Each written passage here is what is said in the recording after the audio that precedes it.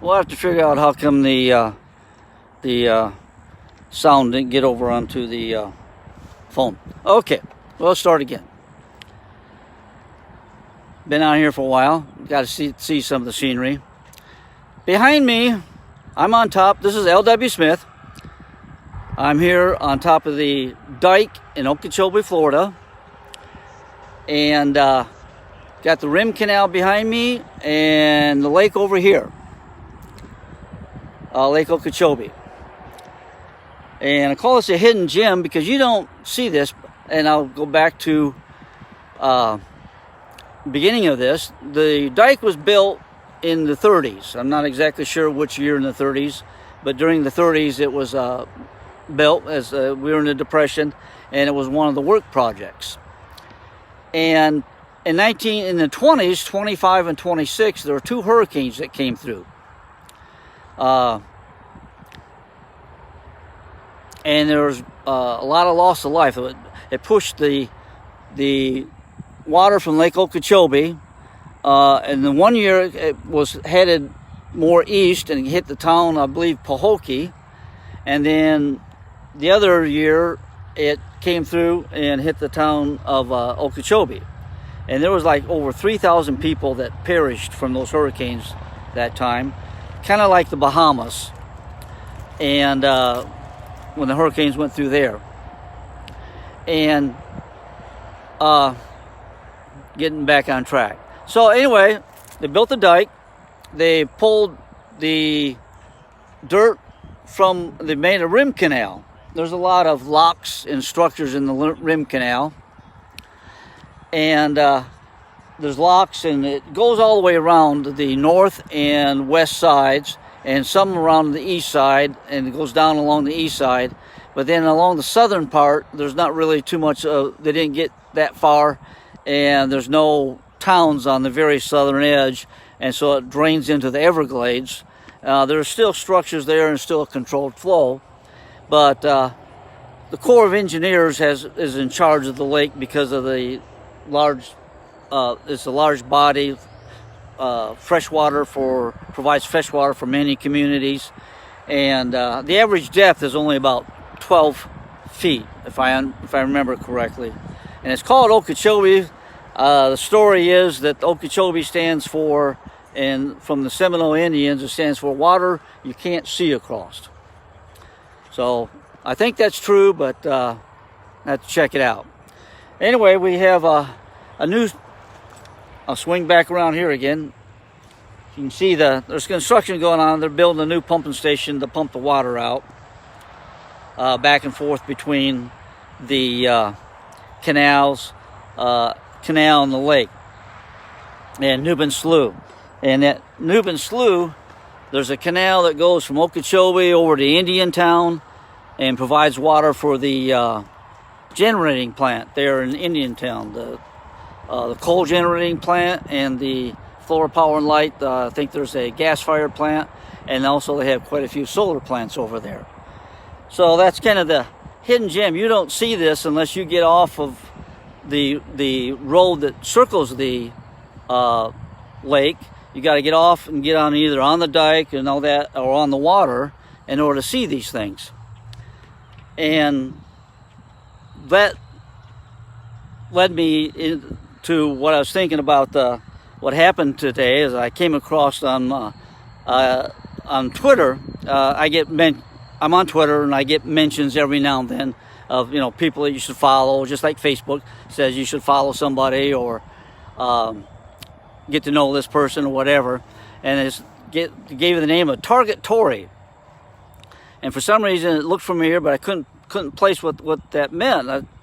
And so I checked on the profile, and a couple pictures. She's in Hawaii now on a vacation in her swimsuit, and good-looking gal and all that, but I still couldn't remember what she was from. And then read down on the comments, further, and she's the gal that this newspaper journalist that I think he has a side hustle of scamming people by going in and claiming he has bad service or there's something wrong, and demanding reparations or whatever for it. And he went into a Target in where he lived, and they had a blank display, and they had the Oral-B toothbrushes that were going to be in that display, and it hadn't been filled yet, but they had just a sticker there, and it had 0.01, and it might have even said 1 cent. You know, I don't know if they put a price on it. And he felt that because they were advertising, there's a law that you can't advertise something and then not sell it, that he should get that electric toothbrush for 1 cent. And he went to the reception. I don't know how he got to it, but he ended up talking to the manager, which happened to be this Tori. And he took a picture of her and put it on Twitter and was trying to shame Target and Twitter. I'm going to get a lawyer involved with this. You're not selling me this toothbrush, and I need this toothbrush because I can't afford to see a dentist, and I need to take care of my teeth, and da-da-da-da. And took a picture and plastered and was trying to basically, you can say defame or whatever, put down this Target manager for doing her job of, no, the toothbrush isn't on sale for 1 cent. You got to know that is not the correct label for that, and it wasn't even, he took a picture of it and everything. And I remember reading about that. Well, somebody else saw that and started like a GoFundMe for this Target Tori. They named her Target Tori, and because she could have gotten fired, bringing bad publicity, PR onto Target, and be worried for her job because she didn't give this guy what he wanted, a toothbrush, a $100 toothbrush for 1 penny. And that's why I called that a hidden gem. We have a hidden gem in Lake O with a lot of the stuff we have here. You can't see unless you actually get to it.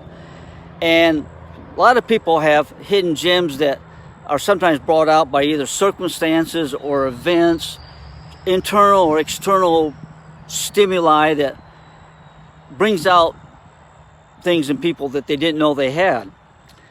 And this gal must have had some smarts, because she was a manager at Target at looked like a fairly young age. I'd say she's in her 20s. I don't know. Everybody looks young to me now. It means I'm hitting senior age. And but from her profile and what she's doing now, she is using that where somebody tried to make her look bad and make her company look bad, and possibly, get her fired and looking for a job and ruin her financially. And she got, I don't know how much. I remember one time seeing that it was up to $30,000 that they had the GoFundMe. I don't know what it ended up, but she is doing good with that money that she got. I could see several things. She saw something happen. She gives big tips when she goes out to eat. She enjoys doing that. Somebody vandalized an ice cream truck, and she saw it on the news, and she tracked the owner down and got people and got it done and got that fixed for this ice cream, and just doing good things.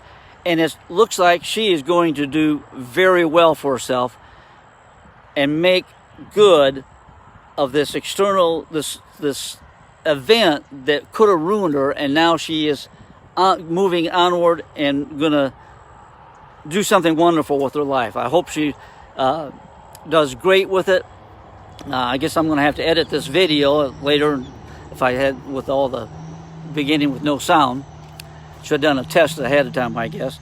But anyway, that's something we need to look for in ourselves. Either we, like I said, the gems, external stimulus can bring it out, something that happens to us, or we can work on it on our own, just by self-improvement, a conscious effort to do better and to make ourselves better each and every day, even just a little bit each day. So need to get going here, I guess, and just wanted to get on and give everybody a word of encouragement on that we have within us. We got power. We can change who we are and make ourselves better and make the world better around us. So You have a great day. Surround yourself with people that will help you do that and that are trying to do that, make themselves better, and this world will be a better place. Live long and prosper. We'll catch you on the next time.